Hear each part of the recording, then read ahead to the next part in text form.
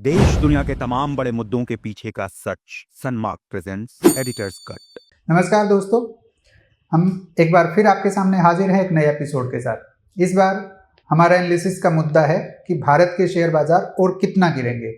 लगातार गिरते जा रहे हैं। सितंबर में जो सेल ऑफ शुरू हुआ था, आज जनवरी आधा गुजर चुका है, तब तक वो सेल ऑफ रुक ही नहीं रहा है। सबसे ज़्यादा बेच रहे हैं विदेशी निवेशक। जो थोड़ा सा भी शेयर बाजार को समझते हैं वो जानते हैं कि विदेशी निवेशक लगभग हर रोज 2000 करोड़, 4000 करोड़, 5000 करोड़ के नेट सेलर्स हैं। शायद ही कोई दिन इस दौरान गुजरा होगा जिस दिन उन्होंने शुद्ध खरीदारी की हो। वो शुद्ध बिकवा ले रहे हैं।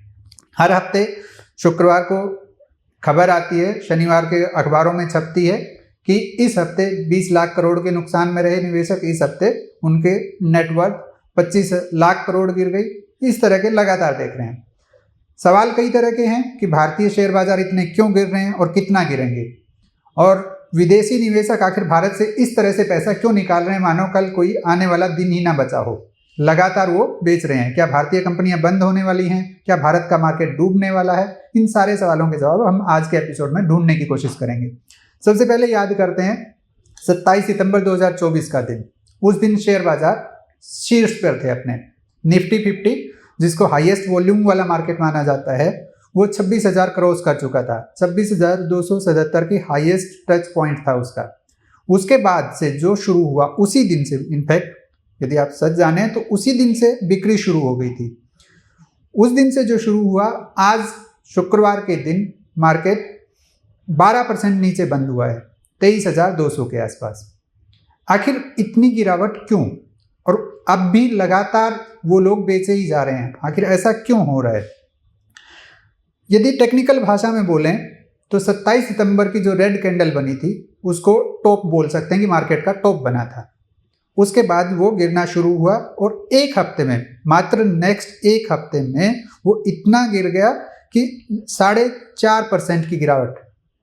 एक सप्ताह में 5 सेशन होते हैं जब निफ्टी और सेंसेक्स पे आप काम कर सकते हैं। उन 5 दिन में 4.5% की गिरावट, यानी 1165 अंक गिरा था। 4 अक्टूबर को अगले शुक्रवार को जब बंद हुआ मार्केट तो 1165 पॉइंट नीचे था। वो सबसे बड़ा झटका था उन निवेशकों के लिए जिन्होंने टॉप पे किसी भी कंपनी के शेयर खरीदे थे। उसके बाद जैसे जैसे वैल्यूएशन और डाउन होता गया, लोगों का पैसा डूबता चला गया। लगा निवेशकों को कि आज संभलेगा, कल संभलेगा, लेकिन विदेशी निवेशक बेचते गए और वो अभी तक भी जारी है। आधी जनवरी गुजर गई है लेकिन उनका बेचना लगातार जारी है और संभल नहीं रहा है मार्केट। आखिर क्या कारण है, वो क्यों बेच रहे हैं, इस सब का समीकरण हम समझेंगे। इसी हफ्ते 13 जनवरी को 23,000 पे निफ्टी 50 आ गया था। वो हाल के महीनों में उसका लोवेस्ट लेवल था, यानी जब से गिरना शुरू हुआ तब से वो उसका लोवेस्ट लेवल था 23,000, जो उसने इसी हफ्ते 13 जनवरी को टच किया था। आज वो बीच में थोड़ा सा 3 दिन ऊपर गया, लेकिन शुक्रवार को फिर नीचे आके वो 23,200 के आसपास बंद हुआ है। बहुत सारे तथाकथित एनालिस्ट हैं जो चार्ट दिखा रहे हैं निफ्टी 50 का, सेंसेक्स का, और बता रहे हैं कि ये इतना गिरेगा, इतना और गिरेगा, 22,000 आ जाएगा, 20,000 आ जाएगा, 15,000 आ जाएगा। कुछ तो ऐसे भी हैं जो 12,000 का टारगेट दे रहे हैं, यानी लगभग आधा। क्या सच में ऐसा होने वाला है? डर सबको लगता है, मार्केट का किसी को नहीं पता क्या हो सकता है। 2008 में भी गिरा था, 2020 में जब कोरोना आया तब भी गिरा था। लेकिन एक सांत्वना की बात है कि कभी भी मार्केट 50% के ऊपर नहीं गिरता है आमतौर पे। यदि आप हाईएस्ट सेल ऑफ देखेंगे, वो था मार्च 2020 में, जब 20% के आसपास निफ्टी टूटा था। अभी 12% के आसपास टूट चुका है। अगला लेवल क्या है, सपोर्ट लेवल क्या है, टेक्निकल क्या कहते हैं, और हमें डरना चाहिए कि नहीं डरना चाहिए, अपने शेयर घाटे में बेच देने चाहिए कि नहीं बेच देने चाहिए, उस पर भी हम बात करेंगे। टोटल 27 सितंबर से अब तक 3250 अंक नीचे आ चुका है। 23,000 के आसपास एक हफ्ते से घूम रहा है निफ्टी। यदि वो नीचे जाता है तो और कितना नीचे जा सकता है? क्या वो 22,500 टच करेगा, 22,750 टच करेगा, 22,000 पे जाएगा या 20,000 पे जाएगा? पहले तो हम ये समझते हैं कि हम निफ्टी 50 की बात क्यों कर रहे हैं, सेंसेक्स की क्यों नहीं। आप खबरों में देखते हैं जब भी, तो खबरों में बात आती है कि सेंसेक्स इतना टूट गया। सेंसेक्स पहला शेयर मार्केट है जहां पे शुरुआत में पैसा लगता था। उसके बाद निफ्टी 50 शुरू हुआ। निफ्टी 50 इसलिए बात की जाती है, बेस इसलिए माना जाता है निफ्टी 50 को क्योंकि उसमें हाईएस्ट वॉल्यूम है, यानी उसमें बड़े निवेशक वहीं ट्रेड करते हैं, बड़े ट्रेडर वहीं ट्रेड करते हैं। इसी कारण से उसका एग्जाम्पल दिया जाता है। और यदि आप सेंसेक्स के मामले में सुनना चाहें तो वो भी डरावना है, तस्वीर बहुत डरावनी है। हाईएस्ट लेवल था उसका 86,000 और आज है 76,600 के आसपास, यानी 10% के आसपास वो भी टूट चुका है। 76,200 उसने भी टच किया था इसी सप्ताह, और अब थोड़ा सा संभल के 76,600 के आसपास है। गिरावट का कारण एक ही है कि FII यानी फॉरेन इंस्टीट्यूशनल इन्वेस्टर्स जो हैं वो लगातार शेयर बेच रहे हैं। अब वो क्यों बेच रहे हैं और कितना बेच रहे हैं उसका अंदाजा हम एक छोटे से आंकड़े से देते हैं। अक्टूबर में, सिर्फ अक्टूबर 2024 में उन्होंने 1,15,000 करोड़ की शुद्ध बिकवाली की थी। 1,15,000 करोड़ बहुत बड़ा आंकड़ा है। यह एक महीने में उनके द्वारा की गई सबसे बड़ी बिकवाली थी, यानी इससे पहले कभी भी उन्होंने एक महीने में इतने बड़ी संख्या में शेयर नहीं बेचे थे, इतने बड़े अमाउंट में शेयर नहीं बेचे थे। ये कितना बड़ा आंकड़ा है आप अंदाजा लगा लीजिए कि 2023 में पूरे साल में उन्होंने 1,20,000 करोड़ रुपए इन्वेस्ट किए थे और अक्टूबर 2024 में एक महीने में उन्होंने 1,15,000 करोड़ रुपए निकाल लिए। अब सवाल यह आता है कि जब इतना पैसा निकाल लिया तो 2023 में जितना ऊपर गया था मार्केट, 2024 में उतना ही नीचे आ जाना चाहिए था, तो उतना क्यों नहीं टूटा?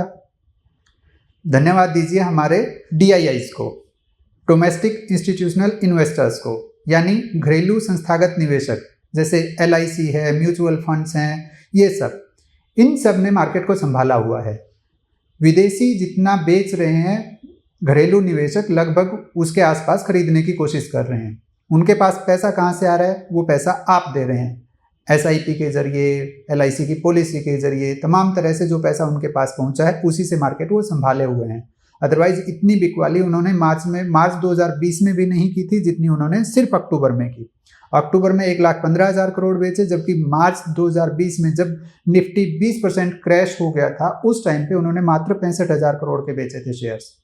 आप अंदाजा लगा लीजिए, उससे लगभग दोगुने शेयर बेचने के बाद भी यदि मार्केट संभला हुआ है तो सिर्फ संस्थागत निवेशकों के कारण। ऐसा नहीं है कि वो भी सिर्फ मार्केट संभालने के लिए खरीद रहे हों। उनको लगता है जिन कंपनियों में ग्रोथ आएगी वो उन्हीं के शेयर खरीदते हैं, क्योंकि उनको भी अपने निवेशकों को मुनाफा देना होता है। लेकिन कुल मिलाकर वो मार्केट को संभाले हुए हैं। FII रोज बेच रहे हैं, उसके पीछे 3-4 प्रमुख कारण हैं। मेन है कि ये सेल ऑफ शुरू हुआ था सितंबर 2024 से। उससे कुछ दिन पहले जापान के बैंक ने ब्याज दरें बढ़ाना शुरू किया था।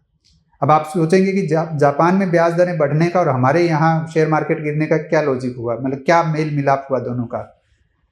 असल में क्या है कि बड़े निवेशक जो हैं, जिनको संस्थागत निवेशक कहते हैं, वो उस जगह से पैसा उठाते हैं जहाँ पे उनको कम से कम इंटरेस्ट पे पैसा मिल रहा हो, और वहाँ पे इन्वेस्ट करते हैं जहाँ उनको ज़्यादा रिटर्न मिलने की संभावना हो।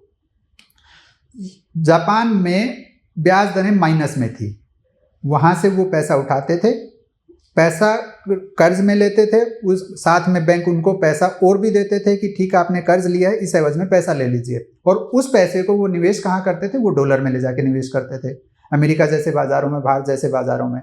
लेकिन जैसे ही जापान ने ये घोषणा की, जापान के बैंक ने ये घोषणा की कि हम ब्याज दरें बढ़ाना शुरू कर रहे हैं, -0.1 से उन्होंने प्लस में 0.1 पे ब्याज दरें ला दी। जैसे ये घोषणा हुई, जितने लोगों ने वहाँ से पैसा उठाया हुआ था, जितनी संस्थाओं ने वहाँ से पैसा उठाया हुआ था, उन्होंने मार्केट से पैसा निकाल के और वहाँ भरना शुरू कर दिया वापस। क्यों? क्योंकि अब उनको वहाँ ब्याज देना पड़ता। वहाँ से सेल ऑफ शुरू हुआ था। वो पहला सिग्नल था कि अब विदेशी निवेशक पैसा निकालना शुरू करेंगे, न केवल भारत से, सारी मार्केट से। यदि आप जिस दिन घोषणा हुई उस दिन का अमेरिका का शेयर बाजार भी देखेंगे तो वो भी उस दिन बहुत बड़ी रेड कैंडल उसने बनाई थी, यानी लाल निशान में वो बंद हुआ था। दूसरा है कि अमेरिका में बॉन्ड यील्ड बढ़ रही है, यानी वहाँ सरकारी बॉन्ड जो होते हैं उन पे जो इंटरेस्ट मिलता है वो बढ़ रहा है। वो कितना बढ़ रहा है? वो यदि US 10 साल के बॉन्ड की बात करें तो उस पे पहले 3.6% के आसपास यील्ड मिल रही थी, यानी रिटर्न मिल रहा था। वो 3 महीने में बढ़ के 4.7% हो गया, ये देखने में तो 1% लग रहा है, लेकिन 3.6 से 4.7% देखेंगे तो वो 32% का जंप है। यानी 3 महीने में 32% बॉन्ड यील्ड बढ़ गया। बॉन्ड यील्ड का मार्केट से, हमारी मार्केट से क्या लेना देना? सिंपल सी बात है कि संस्थागत निवेशक वहाँ निवेश करना पसंद करते हैं जहाँ उनको सबसे सेफ और सबसे अच्छा रिटर्न मिल रहा हो। जब उनको अमेरिका में लगभग 5% के आसपास का रिटर्न बॉन्ड में मिल रहा है तो वो भारत जैसे इमर्जिंग मार्केट्स में रिस्क क्यों लेना चाहेंगे? इसी कारण से उन्होंने पैसा निकालना शुरू किया। तीसरा बड़ा कारण था चाइना। चीन ने अपने इंडस्ट्री को उठाने के लिए कई तरह के पैकेज घोषित किए, कई तरह के प्रोत्साहन पैकेज जो घोषित किए, उनके कारण वहाँ शेयरों में अचानक से तेजी आने लगी। इस कारण से भी भारत जैसे मार्केट से पैसा निकाल के वहाँ लगाया जाने लगा। चीन ने ऐसा किया क्यों था? आपको याद होगा कि जब कोरोना आया था तो भारत ने भी ऐसा ही किया था। कोरोना के तत्काल बाद भारत ने कई तरह के पैकेज दिए थे जिससे इंडस्ट्री संभली थी, लेकिन चीन 4 साल से कोरोना से उबर नहीं पाया है। उसकी जो अर्थव्यवस्था है जो वो हिली हुई है, उसको संभालने के लिए उसने कई तरह के पैकेज घोषित किए और उनके लालच में विदेशी निवेशक यहाँ से पैसा निकाल के वहाँ डालना शुरू किया। फिर क्या हुआ कि जैसे ही वहाँ पे नवंबर में चुनाव हुए अमेरिका में और ट्रंप जीते, ट्रंप ने पहले ही घोषित कर दिया था कि मैं चीन पे भारी भरकम कर लगाऊंगा। तो उसके बाद चीन से भी पैसा निकलना शुरू हो गया। अमेरिकी जितने भी अमेरिकी सहित बाकी इन्वेस्टर थे उन लोगों ने चीन से पैसा निकाल के अमेरिका में लगाना शुरू कर दिया। उसके 2 कारण थे। एक कि चीन के पे जैसे ही टैक्स लगेंगे तो वहाँ की कंपनियों के प्रोडक्ट अमेरिका के लिए महंगे हो जाएंगे, वहाँ बिकना बंद हो जाएंगे। दूसरा कि अमेरिका में जो कंपनियां प्रोडक्ट बनाएंगी वो सस्ते पड़ेंगे, वो ज़्यादा बिकेंगे। तो इन्वेस्टर्स ने क्या किया? चीन से पैसा निकाल के अमेरिका में लगाना शुरू कर दिया। ये तीसरा बड़ा कारण था। चौथा बड़ा कारण है रुपए और डॉलर का असंतुलन। असंतुलन कैसे? कि पहले $1 में 80 रुपये या 82 रुपये आता था, अब 87 रुपये के आसपास पहुंच गया है $1। तो हो क्या रहा है कि यदि विदेशी निवेशक यहाँ पैसा लगाते हैं तो उनको डॉलर में पैसा लगाना होता है। जब वो वापस लेके जाएंगे तो उनको रिटर्न तो रुपए में मिलेगा, लेकिन उनको कन्वर्ट करना पड़ेगा डॉलर में। वो जो अनुपात होगा उसमें उनको फायदा कम होगा, नुकसान ज़्यादा हो सकता है। इस कारण से भी, क्योंकि रुपए की वैल्यू लगातार गिर रही है। अब यदि 100 रुपये का, मान लीजिए उनको 86 रुपये का पहले मुनाफा हो रहा था तो उनको $1 पॉइंट समथिंग का मुनाफा हो रहा था। अब यदि 86 रुपये का मुनाफा हो रहा है तो $1 का मुनाफा हो रहा है। इस कारण से, उस कारण से, इसलिए भी उन्होंने पैसा निकालना शुरू किया। इसको बोलते हैं डॉलर इंडेक्स, रुपए की तुलना में। 5वां बड़ा कारण है कि इंडिया की इकोनॉमी स्लो हो रही है धीरे धीरे। आपने गौर किया होगा कि 2024 की शुरुआत में घोषणा की गई थी कि भारत की इकोनॉमी 7% से ज़्यादा की दर से बढ़ेगी। बाद में उसको घटा करके 6.6 कर दिया गया। अभी उसका अनुमान है कि 6.2 के आसपास वो बढ़ेगी, इससे ज़्यादा नहीं। यही चीज़ कंपनियों के नतीजों में भी नजर आई। इस बार तिमाही नतीजे जब आ रहे थे ज़्यादातर कंपनियों के, तो वो बहुत प्रॉफिट बढ़ा के नहीं दे पा रही थी कोई भी कंपनी। इस कारण से उन विदेशी निवेशकों को लगा कि अब यहाँ ग्रोथ कम हो रही है, यहाँ से पैसा निकाल के वहाँ लगाना चाहिए जहाँ ग्रोथ ज़्यादा होने की संभावना है। ये इसका प्रैक्टिकल एग्जाम्पल है कि इस बार ग्रामीण जो अर्थव्यवस्था है हमारी, वहाँ कंजप्शन कम हुआ है, वहाँ उपभोग कम हुआ है, खपत कम हुई है। इसी कारण से FMCG कंपनियां जैसे ब्रिटानिया है, कोलगेट है, ITC है, इन सब के शेयर्स आप देखेंगे, डाबर है, इमामी, जितनी भी कंपनियां, इन सब के शेयर्स टॉप से बहुत नीचे आए हुए हैं, क्योंकि वहाँ इनकी सबसे ज़्यादा खपत होती है और वहाँ स्लो हुआ। इसी कारण से वह जो व्हीकल बनाने वाली कंपनियां हैं, खास करके 2 व्हीलर और सस्ते कारें बनाने वाली कंपनियां हैं, उनकी बिक्री भी कम हुई। जैसे जैसे ये कम होने लगे, विदेशियों को लगा कि अब यहाँ से निकलना बेहतर है, उन्होंने पैसा निकालना शुरू कर दिया। ये मेन कारण थे कि FII यानी विदेशी निवेशक क्यों बेच रहे हैं लगातार।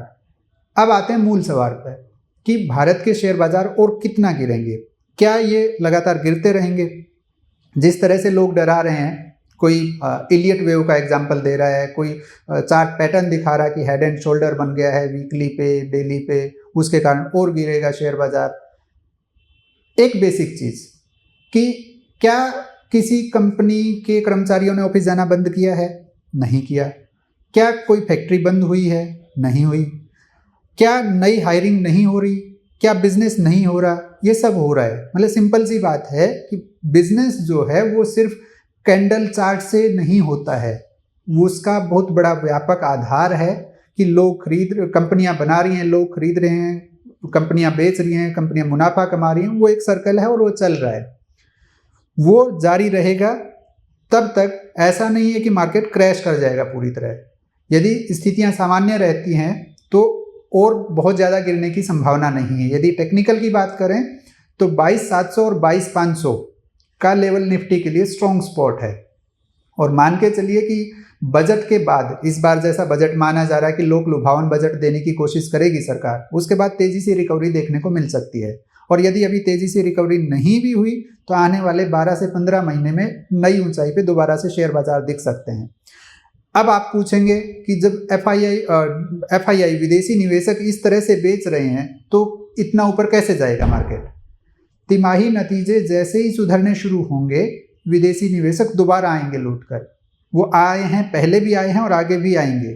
यदि यकीन ना हो उठा के देख लीजिए, जब शेयर बाजार 26,000 था तब भी विदेशी निवेशक खरीद रहे थे और वो अब फिर खरीदेंगे जैसे स्थितियां सुधरेंगी। इसलिए ना 15,000 का टारगेट सही है, ना बहुत ज़्यादा गिरावट का टारगेट सही है। एक आध 2-4 दिन, एक हफ्ते यदि नीचे रह जाए, अदरवाइज 22,500 स्ट्रॉन्ग सपोर्ट है और देर सवेर वो ऊपर ही जाना है। वो कहते हैं ना कि आदमी हो या शेयर बाजार, आखिर में जाना तो ऊपर ही है। तो निश्चिंत होकर लंबे समय के लिए निवेशक बने रहिए। खतरा उन लोगों को है जो फ्यूचर एंड ऑप्शन में खेलते हैं। यदि आप निवेशक हैं, डटे रहिए मैदान में, कंपनियों के बैलेंस शीट चेक करते रहिए, देखते रहिए कि उनके तिमाही रिजल्ट कैसे आ रहे हैं। यदि वो ग्रोथ अपना प्रोजेक्ट ठीक से कर रही हैं तो उनमें घबराने की बात नहीं है। यदि 15-20% भी नीचे हैं वो रिकवर कर जाएंगे। आज का एपिसोड कैसा लगा ज़रूर बताएं। अगले बार आप किस पे एनालिसिस करवाना चाहेंगे, सुनना चाहेंगे, वो भी हमें ज़रूर बताएं। धन्यवाद।